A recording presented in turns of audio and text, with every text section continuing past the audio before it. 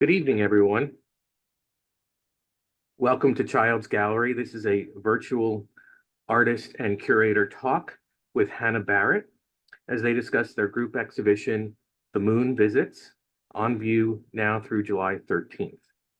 My name is Richard Baiano. I'm the president of Child's Gallery. Welcome to all of you, and thank you, Hannah, for all of the hard work you've done for this exhibition. Um, the exhibition is on view until this Sunday coming up. We do to remind you, we are open Tuesday through Friday, 10 a.m. to 6 p.m., Saturday and Sunday, 11 a.m. to 5 p.m. We are open to the public and no appointment is necessary. We are in a webinar format for this talk, and so please feel free to submit questions either in the chat or the question and answer field.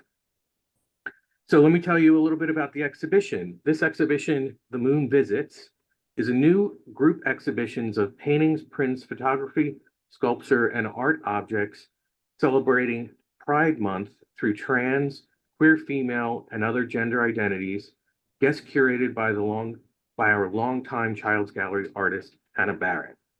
This exhibition gathers the artist's friends and compatriots in a delightfully discordant grouping of enigmatic liaisons, tender moments, quiet scenes, and curious odysseys. So I want to tell you a little bit about why or how this show came about, and also a little bit about our relationship with Hannah Barrett. I first met Hannah Barrett in 2010 when we had an exhibition. It was one of our first group exhibitions of contemporary art called Clothes Make the Man. It was curated by William Stover of New York. And Hannah Barrett was actually the first Boston-based artist that I learned about that was dealing with gender issues and ambiguity surrounding them around that time.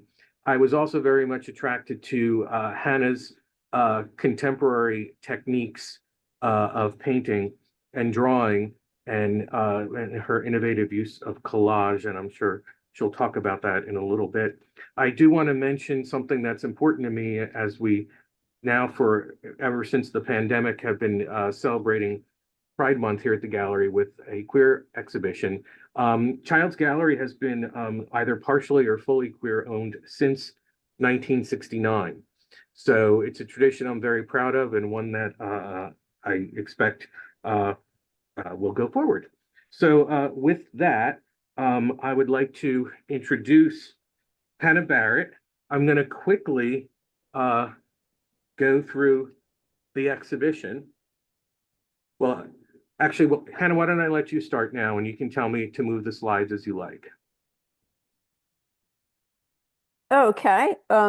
Thank you, Richard, and thank you for the opportunity to curate this show. It was a very welcome chance to bring a group of very diverse artists together, as you'll see.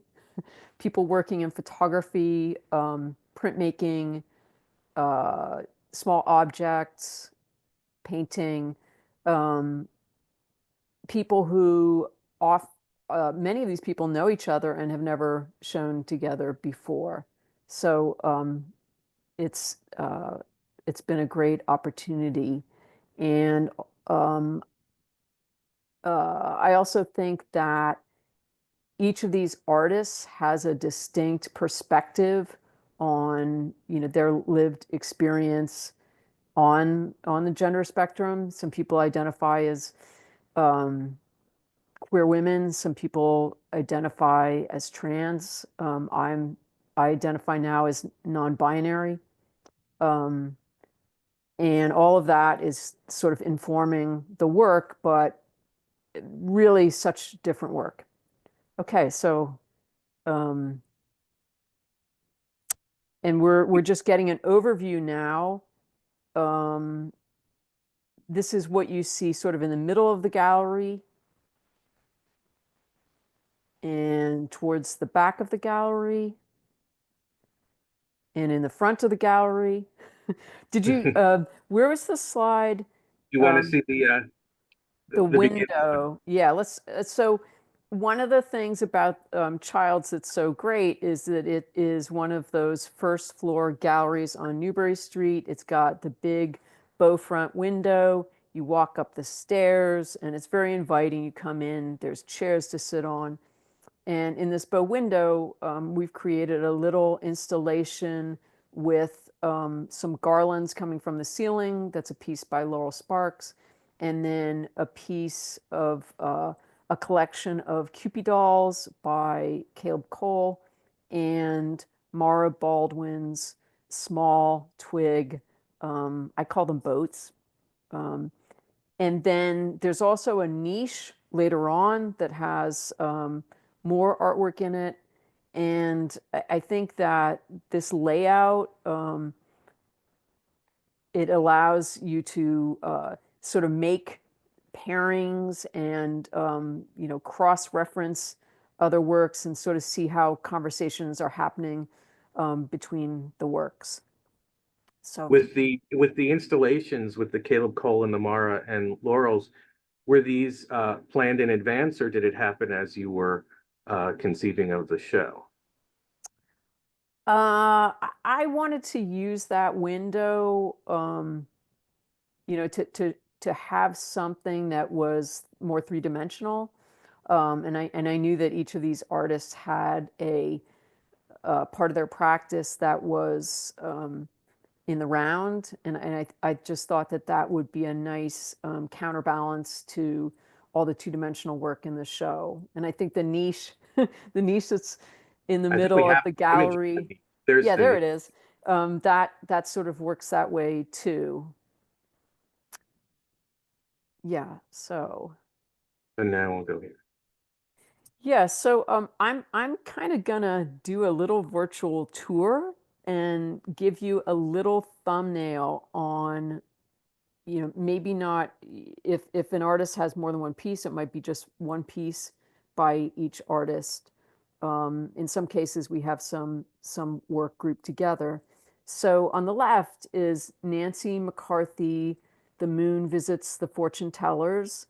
And this is where I took the title for the show. I just thought this was such a an intriguing and mysterious title, and I thought it would be good for the theme of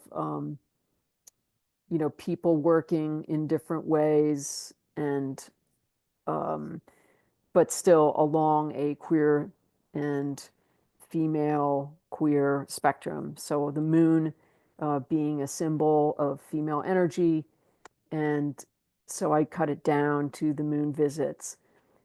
Nancy has a painting and drawing practice that is perceptual, but also she works from imagination and dreams.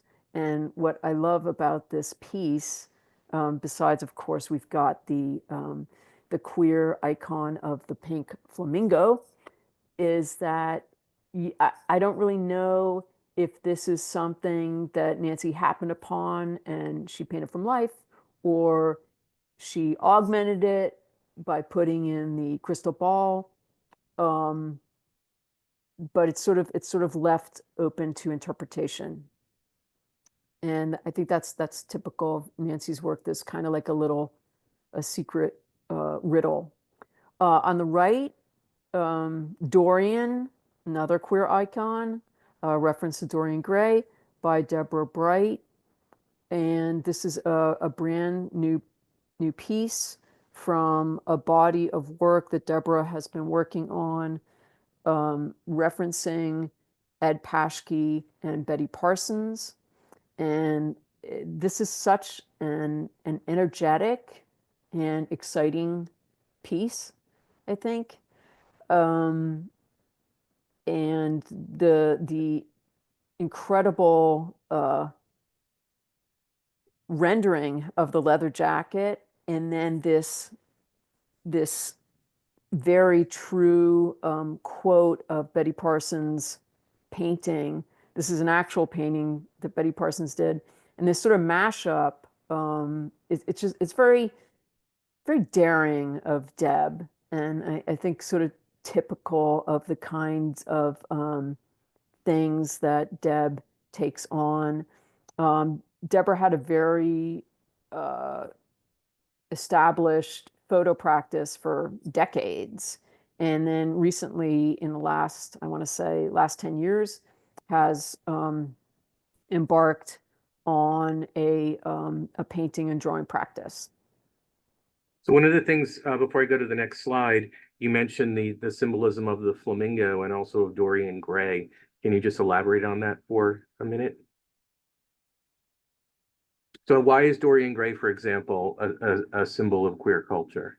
Oh, well, um, so Dorian Gray, the picture of Dorian Gray, or the portrait of Dorian Gray by Oscar Wilde, is a fairly notorious, famous novel in which um, the portrait ages and the person doesn't, and it's a kind of cautionary tale, but it's also a sort of go-to rite of passage novel for a lot of queer people. I think It many certainly people have was read for me. this. And then the Pink Flamingos, I think since the John Waters movie, many people associate Pink Flamingos with uh, gay society. Okay. So this is the work of Mara Baldwin, and these are two beautifully rendered pencil studies, and they are based on carte de visite, in which Mara has removed the photographic subject and just rendered the photographer's props and settings. Um, and they have this kind of spooky and uh, presence and absence quality. And then these are the stick boats that I was talking about that are in the window in the gallery on the marble plinths. And I think we have a collection of maybe 20 of these. And these are things that Mara learned how to make at Girl Scout camp. And so she's bringing um, an artist's eye to this kind of making tradition. Mara is an interdisciplinary artist based in upstate New York, in Red Hook, and she also has a show up right now in the Albany airport for anyone flying through there. Next.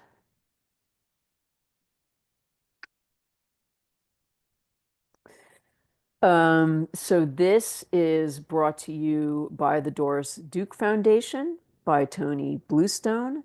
And I think of Tony as a sort of contemporary mannerist painter, um, stretching people and places and making them do things that they can't really do. And this scene that Tony is depicting is kind of like the perfect setting for those abilities. Things are happening at this historic home that shouldn't happen, and everybody has gone wild, taking their selfie shots and getting into a lot of mischief. One of the And one of yeah, the things I wanted to add about this painting, which was interesting when I got to know Tony a little bit, was that the two figures are actually a riff on the George Bello prize fighting pictures, the boxing pictures, sort of the way that they're coming out of the frame. And so I found that to be very interesting. And also like how just an example of how historical art influences so much of what we do. that is a fun fact. I did not know that. You know, it's fascinating actually, because that I see that all the time now, which is great. Aha. And this is a piece by yours truly. I decided to include a really old piece of mine in this show. As Richard said, I have a long time affiliation with the gallery going back to 2010. And then, I was in the early 2000s living in Boston and exhibiting in Boston. And this is a piece that I did then that feels very relevant now. It is a montage using photographs I took of my parents in their living room, where I created a non-binary family by intersplicing them together and making them different sizes and then painting in oil on top of it. And the super traditional setting and clothes are sort of a foil for the new gender that they are showing off. Okay, next.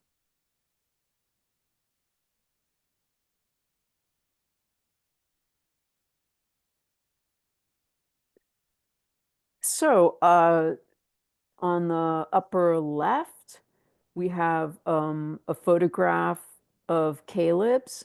And then on the right, this is a sort of montage of Caleb's Cupid dolls um, that are in the window.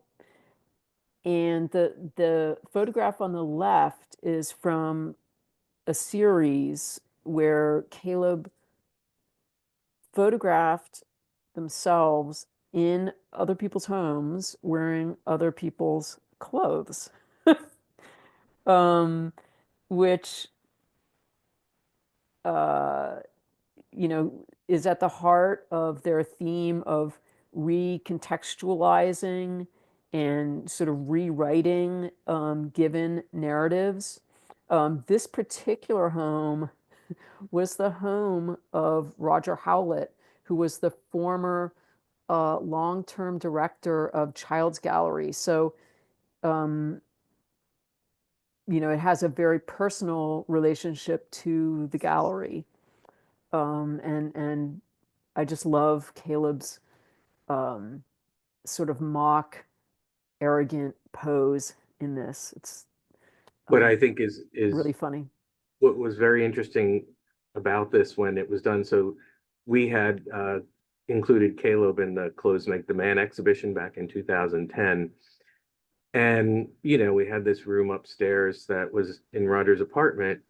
And, I kind of expected that Caleb would choose like a black tie or something like that. And he came up with his very 70s suit. And then I think without ever meeting Roger, just sort of struck that pose, which, if you know Roger, is Roger. And so the title of this is called Splendor and Elegance, which is sort of one of the titles of the books. And so I just think it's a sort of fabulously, at least for myself in the history of the gallery, meaningful work. And I particularly like seeing how their work is developed over time. Just also want to say a little bit about the dolls, if you could go back. So these are found dolls that Caleb then alters with sewing and resewing, and he sort of remakes them in his own image, but again with this sort of comical slant. And there's a lot of them. We've had a lot of people come in the window for the asking about the dolls and the other things as well. Okay, so these are two photographs by Shelburne Thurber, who is a well-known Boston-based photographer. And I saw these photographs in a solo presentation at Krakow Witkin of this particular series. And this was a 7-year photo project, and that sort of time commitment is typical for Shelburne. And these are photographs taken in the home, the South End home of Ralph Horn, whom Shelburne befriended, and I just found them fascinating because of the architectural and decorative arts sort of refinement, and then this s- absolute decay that's happening at the same time. The house is sort of beyond rundown. It's like breaking down and being overrun by vines and things coming into the building, actually. And that seems like a really strong metaphor for you know the you know our ability as artists to do something really beautiful, but also the vulnerability um, at the hands of time and natural elements. What's really fascinating about the bedroom with the dresser is that it's a large work, and when you get up close to it, you can see that there's spider webs sort of all through it, from the corner of the uh, dresser, and again, that decay is fascinating. It's a beautiful work.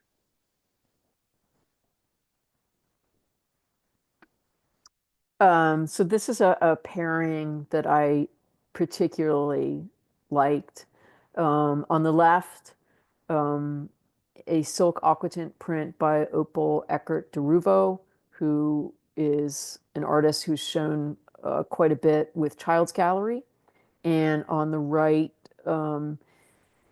this is called Woody and Peg by Lizzie Brown, who is a Boston-based artist and a professor at the museum school who I met years ago. And both of these are sort of very intimate windows into the domestic sphere of queer people.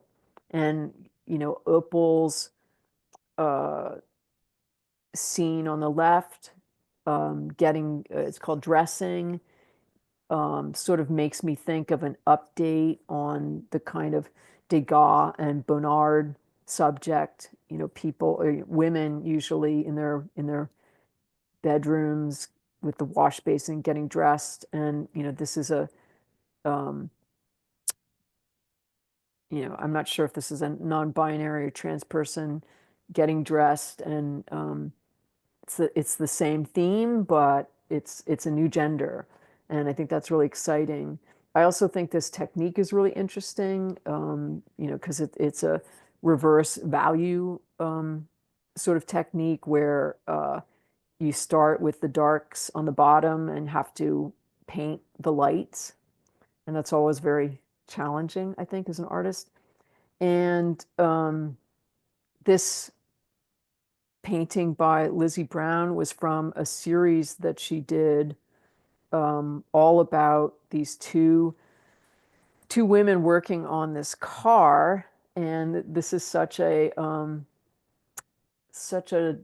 dyke scene subject, the car in the driveway.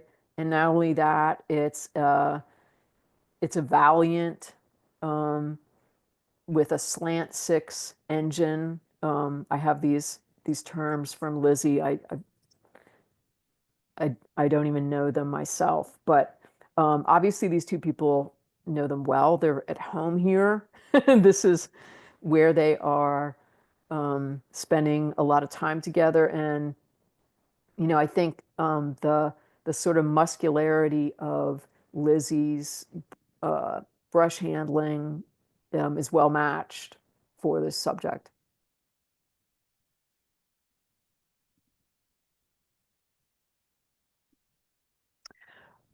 Okay, and these are also on the same wall with Opal and Lizzie's uh, scenes, and these are sort of a very amusing foil to that, and very beautifully executed in their own right. So Catherine Kehoe um, is an incredible draftsperson and painter, has this sort of chiseled kind of approach to um, building form on the picture plane, and it also lends itself to bringing focus where Catherine wants to bring it. And this painting on the left after the School of Fontainebleau, people probably know this. This is a very famous painting because to our to our modern eyes, it is so odd.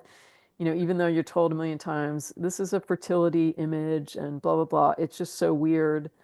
Um, this sort of like nipple pinch in this formal setting with the drapes and everything. And I love the way, uh, Catherine builds this up really rigorously and seriously and really brings a lot of focus onto the pinch. Um, It's and then and then the after Rayburn, this is just such a beautiful and like sincere portrait. And I love how the bonnet ha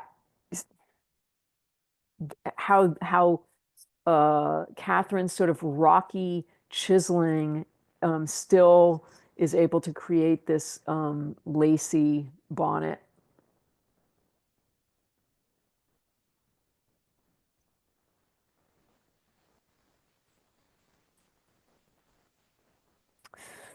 Okay, so these are more prints. I wish you could see these in person because E. Lombardo is also a total tour de force printmaker, gallery artist at Childs, and these uh, are are made by inking up blooms and pressing them into the paper and creating these symbols in this sort of painstaking and meditative and committed um, process. E. Lombardo has done many print series on the Child's website. There's uh, a portfolio of incredible dry point drawings of family life that are really worth looking at. I first saw E. Lombardo's work when Child showed a series that he did called the Capriccios. I hope I'm pronouncing this right, based on Goya's Los Capriccios, but with a feminist and queer reinterpretation. And E is just a really um, incredibly gifted, incredibly committed printmaker. So I'd like to add with these because Oscar Wilde comes up again in her discussion of these. There was a phrase that, if you meet the person with the green carnation, it was a way in which gay people could identify themselves. And so the one that's green is actually done with green carnations. So she used uh, carnations and green ink to do that. So it's another sort of reference to the history of queer culture. Thank you for reminding me of that. It's so important. I love the green carnation. I know. Um, I remember. I don't know if you remember this, but there was a Bugs Bunny episode where it's like it's the guy with the green carnation. I I'm don't dating remember myself. that. I know. I'm dating myself. Um, okay, and so here we are. These are two um, digital prints by Nancy Jo Haselbacher, who is um, a Los Angeles-based multidisciplinary artist who went to RISD, lived in Boston a very long time, and is a very old personal friend of mine. And Nancy works in a variety of media, but has been a printmaker for a very long time and ran the print department at Otis for many years. And now I'm happy to say has more time to do her own work. And this was a series that was actually a research trip to Finland where with these pieces, these are plants from the forest floor that you would easily not see and walk on and step over. But they're a very important part of the forest ecosystem. And so Nancy photographed these and then printed them in reverse as negatives, to sort of, um, bring more awareness to them as forms and to, sort of um, uh, show their role and their purpose um, in the ecosystem. I brought a curator to see the show, and the curator thought that these were underwater plants. But I also picked up dandelions. Nancy told me, however, that um, she came upon these plants in the forest and she put a piece of white paper towel down and shot them. And the magic of these is all in Nancy's eye and how she created the the digital print over time and trying to make it look like an old negative.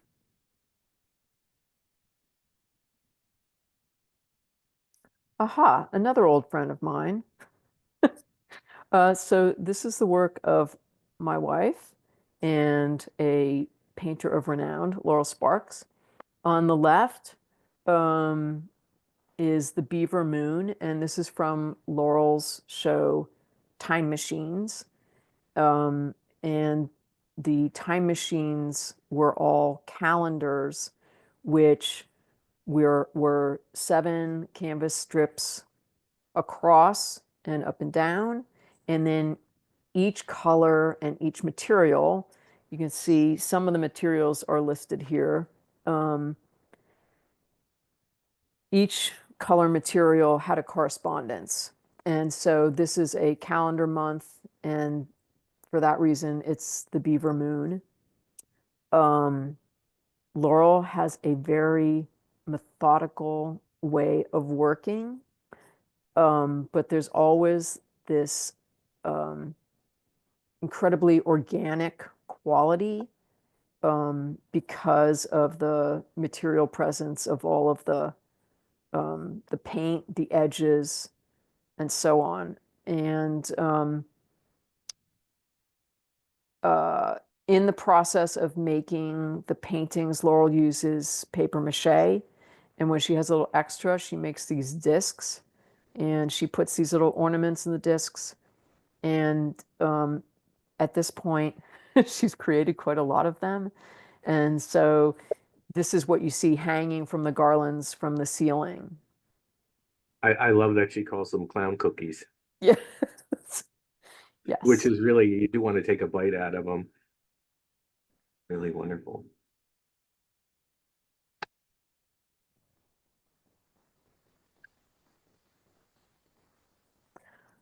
Okay. And so this piece by Zyler Jane, which is untitled, um, but then in parentheses it says 25 nesting prime palindromes. So this is a cue to people who are not mathematically um, quite as educated as, and I am in that category, about what this is. And this is um, This is a pyramid that has been constructed from palindromic prime numbers. And palindromic prime numbers are numbers that mirror. So something like 1, 2, 3, 3, 2, 1. But in order to construct this pyramid, you have to devise each prime and you have to sequence it so that it steps like this and creates this. And this is the kind of incredibly intricate and complex mathematical puzzle that that Zeiler loves and that you'll see in their work. And um, these close-ups are because I wanted to be sure that people could see each of these numbers because each of these numbers had to be also constructed, and both numerically and with paint. And I love the way the paint is sort of applied with enough viscosity that it looks sort of like Braille and like computer punch cards. There's a Yeah, very handmade quality to these, even though there's incredible precision also. they're a very tactile painting. Yeah, yeah.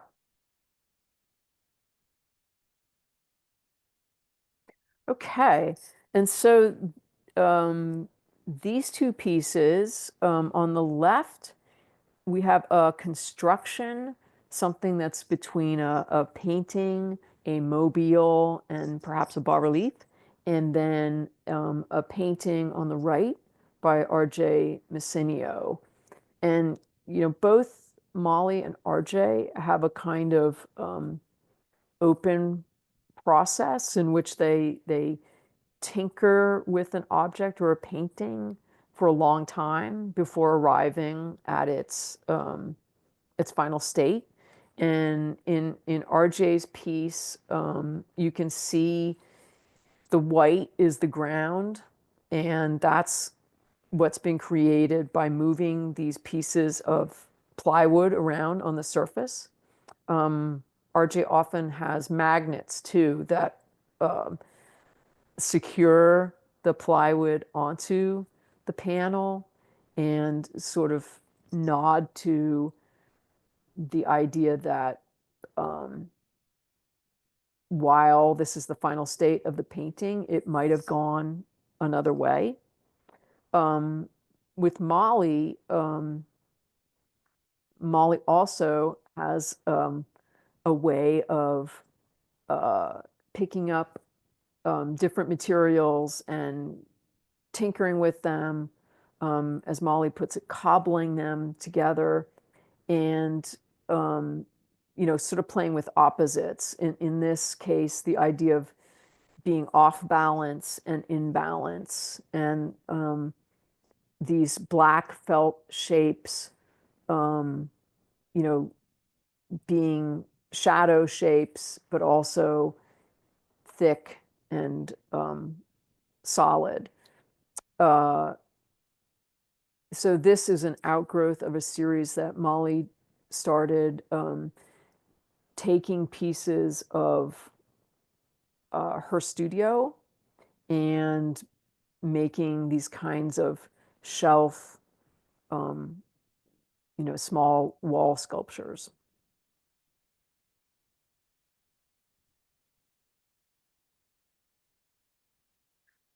And so these are the two historic people in the show.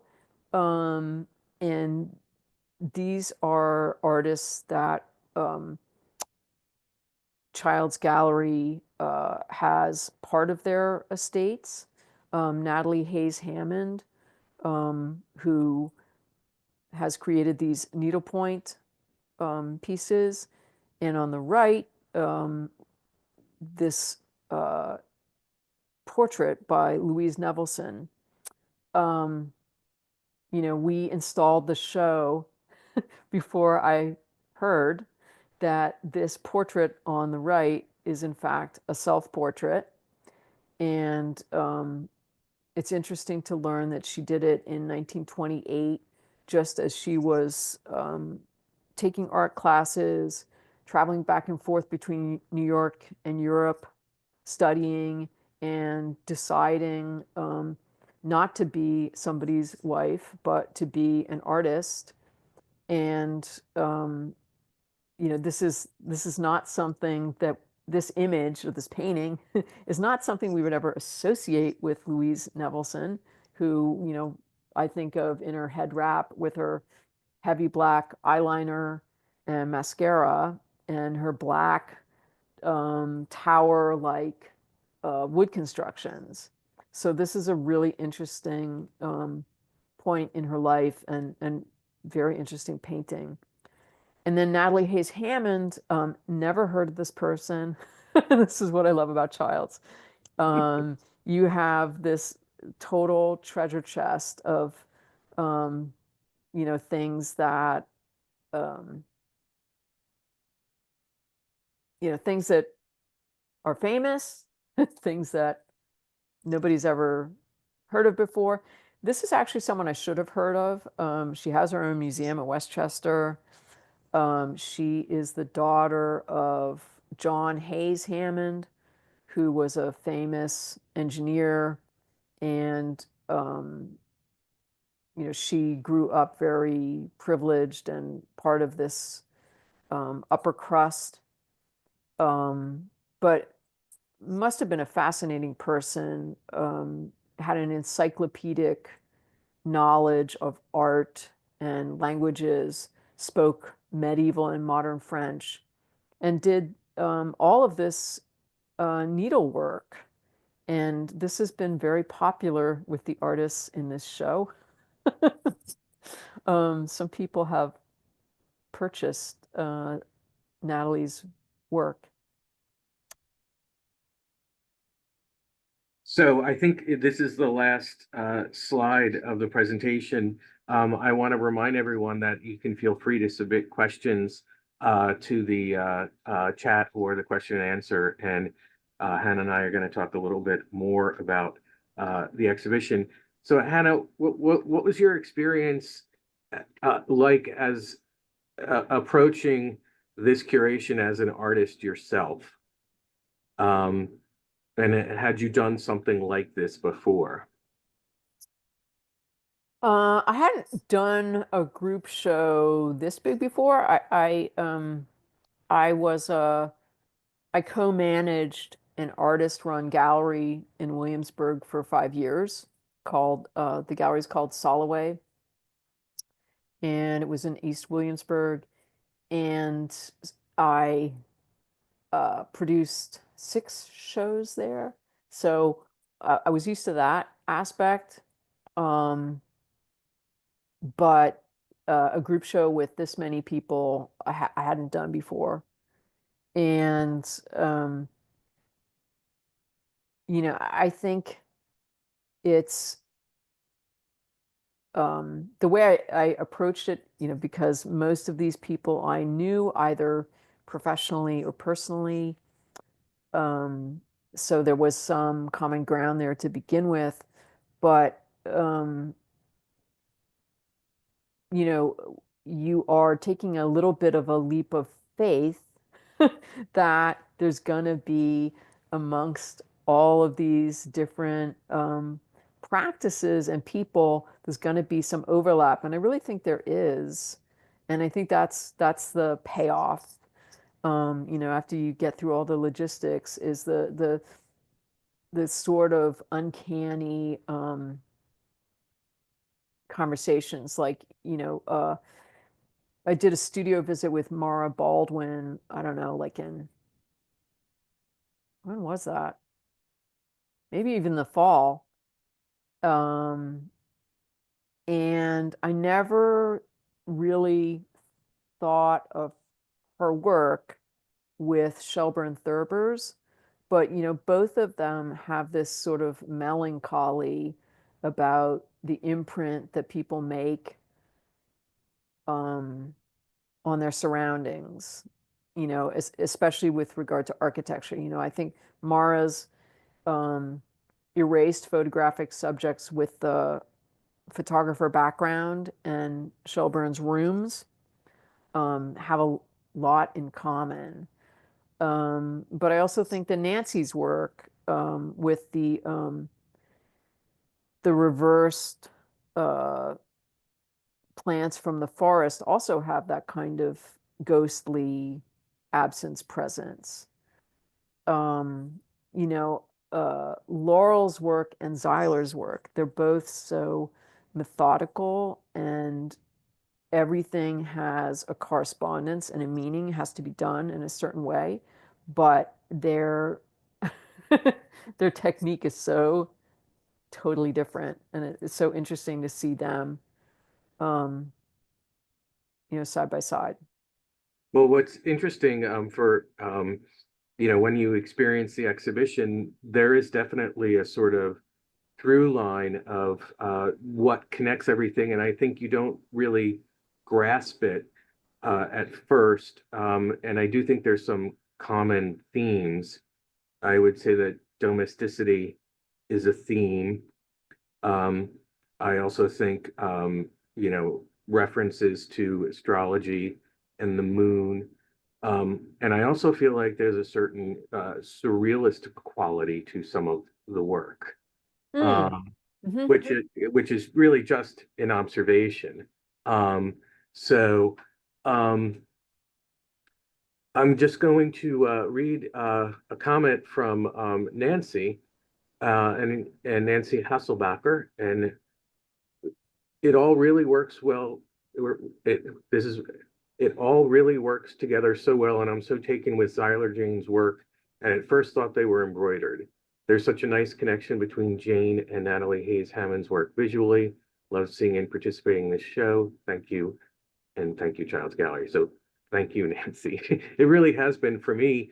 Um, Again, I think I go back to this theme of domesticity, and the reason, obviously, as a gay man myself, it's I couldn't put a show like this together because I don't have the same perspective, and so I think again the domesticity theme um, for me resonates as opposed to other shows where it's much more about the physicality of the relationship. Hmm. So Hannah, so how did you how did you actually put 18 artists together? I mean, it's really a pretty um, daunting thing, and then to have it all be so successful. I mean, were these people? I know you mentioned that some of them you knew, some of them you didn't know. I think some of them, a lot of them haven't actually exhibited together.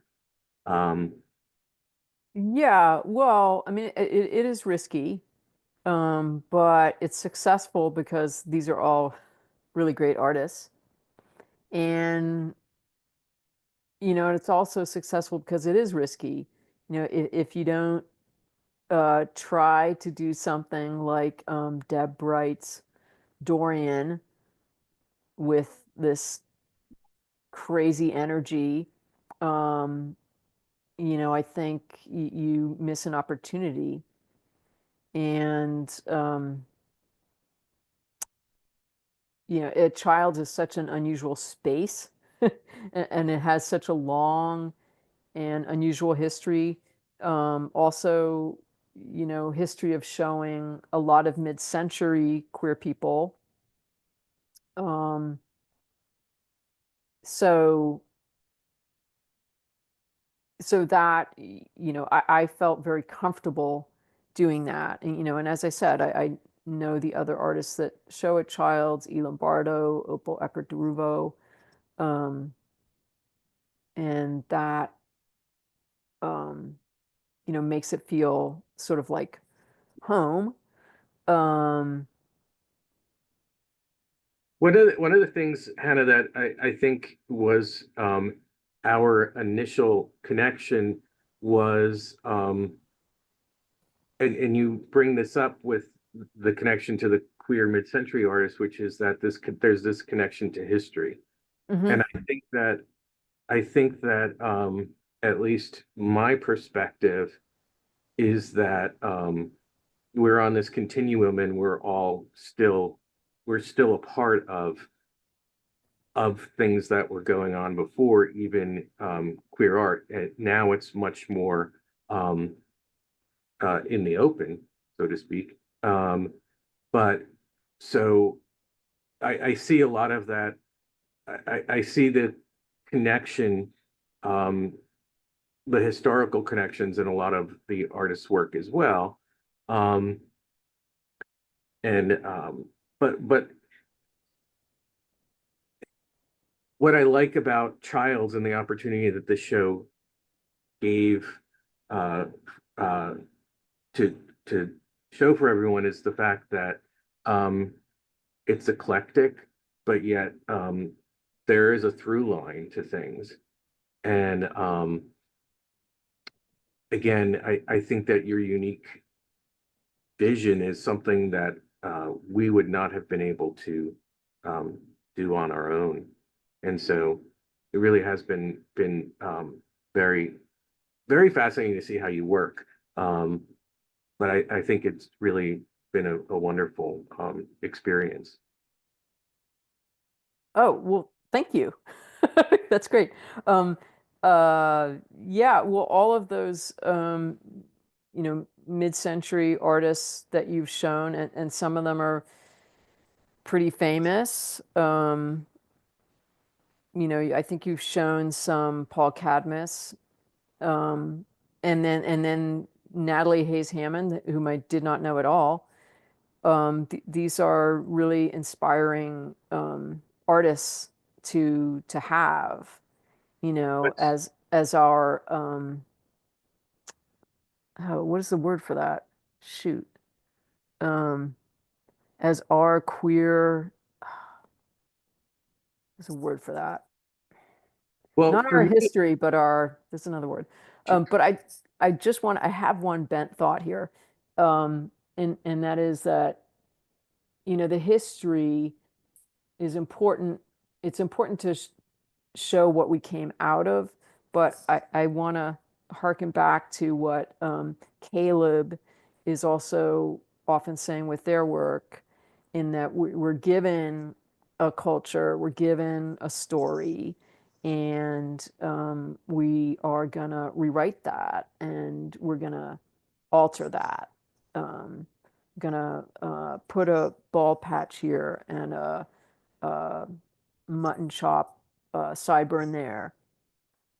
So having that history as both a continuum and a foil, as in rupture, we're not doing that.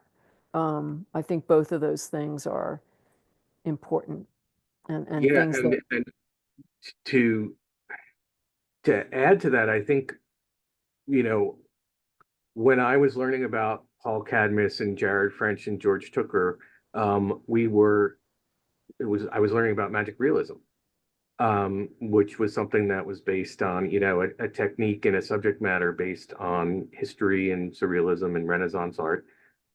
And it wasn't until I started looking at the subject matter that, oh, these are coded queer artworks.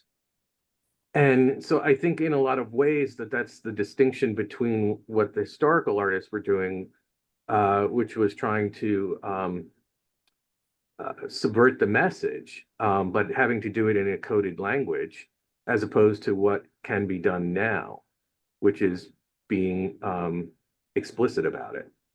And so um, I think that it's just this show is a good example of that.